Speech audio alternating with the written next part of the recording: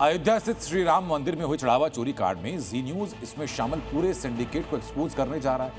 इस मामले को लेकर अब तक का सबसे बड़ा खुलासा हम करने जा रहे हैं। राम भक्तों की आस्था पर डकैती डालने वाले किस हद तक गिर चुके हैं, इस पर अपनी पूरी एक्सक्लूसिव रिपोर्ट आपको दिखाएंगे। उसके पहले 5 पॉइंट के जरिए राम मंदिर में चल रही गोल्डन लूट को जरा समझिए। सूत्र बता रहे हैं कि मंदिर से चुराए गए गहनों को गला करके सोने के बिस्किट बनवाए गए। हर रोज चढ़ावे से लगभग 8 लाख रुपए तक की चोरी हो रही। मंदिर से जुड़े हर काम को लेकर 40% कमीशन वसूला गया। चढ़ावा चोरी में गणना कर्मी ही नहीं बल्कि सेवादार भी शामिल थे। चोरी की गई रकम सभी आरोपियों में बराबर बांटी जाती थी। जो श्रीराम का धन था, जिस पर श्रीराम का अधिकार था, उसे रामद्रोहियों ने कैसे लूटा, हमारी रिपोर्ट देखेंगे तो आप भी परेशान हो जाएंगे।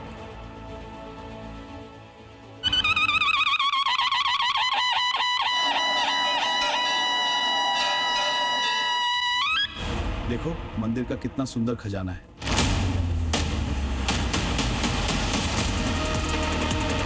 तमाम आभूषण चोरी करके उनको किसी एक जगह पर गलाया और उसके सोने के ईंट बनाए हैं। इसीलिए तो हम कहते थे सनातन बोर्ड बनाओ।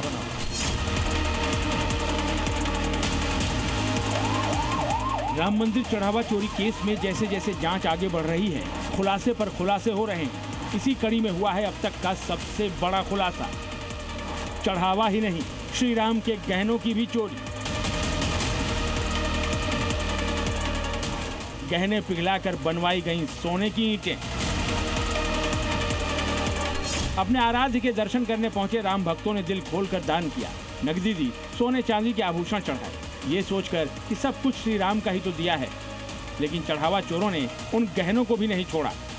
श्री राम मंदिर में राम धन की गोल्डन लूट। चोरी के खुलासे के बाद से ही आरोप लग रहे थे कि सोने चांदी के कई गहने गायब हैं, लेकिन अब तक उन गहनों का कोई सुराग नहीं मिला। ऐसे में एसआईटी अब इस बात की जांच कर रही है कि कहीं चोरी हुए गहनों को पिघलाकर उन्हें सोने की ईंट में तो नहीं बदल दिया गया, ताकि उनकी पहचान मिटाई जा सके।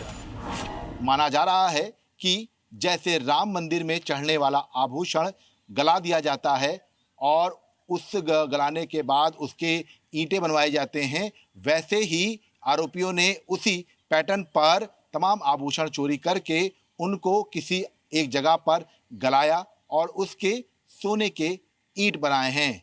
ऐसे में ये कहा जा सकता है कि इस पूरे मामले को लेकर अब एसआईटी उन आभूषणों के बारे में पता लगाने में जुट गई है। चोरी से जुड़े गायब गहनों को बरामद करने के लिए कई बार तलाशी अभियान चलाए गए, लेकिन गहने नहीं मिले, जिसके बाद ये शक और गहरा गया है कि चोरी के गहनों को गलाकर सोने चांदी की ईंटों में बदल दिया गया। मंदिर में हर दिन 6 से 8 लाख की चोरी। जी हां, चढ़ावा चोरी की जांच में जुटी एसआईटी ने यह भी आशंका जताई है कि मंदिर में चढ़ने वाले चढ़ावे की रकम में से हर दिन 6 से 8 लाख रुपयों की चोरी हो रही थी। ये इसलिए क्योंकि चोरी के खुलासे से पहले और खुलासे के बाद बैंक में जमा होने वाली चढ़ावे की रकम में बड़ा अंतर सामने आया है। सूत्रों के मुताबिक चोरी का मामला खुलने से पहले ट्रस्ट के एसबीआई और पीएनबी बैंक खातों में हर दिन करीब 16 से 18 लाख रुपए जमा हो रहे थे, लेकिन जैसे ही चोरी की बात सामने आई तो यही रकम बढ़कर अब 24 से 26 लाख रुपए प्रतिदिन तक पहुंच गई है। इतनी बड़ी बढ़ोतरी को देखकर जांच में जुटी एसआईटी हैरान है और उसे शक है कि पहले हर दिन करीब 6 से 8 लाख रुपए की चोरी की जा रही थी। अधिकारी अब ये पता लगाने में जुटे हैं कि आखिर ये पैसा जा कहां रहा था और इसमें कौन कौन लोग शामिल थे। उधर चढ़ावा चोरी मामले में गिरफ्तार किए गए आरोपी अविनाश शुक्ला ने पुलिस रिमांड के दौरान अहम खुलासे किए हैं। सूत्रों के मुताबिक 45 दिनों की सीसीटीवी फुटेज दिखाए जाने के बाद अविनाश ने चोरी की बात स्वीकार कर ली है। पूछताछ में उसने बताया है कि चोरी की गई रकम सभी आरोपियों के बीच बराबर बांटी जाती थी। चोरी के इस पूरे खेल में टिन्नू यादव का दबदबा था।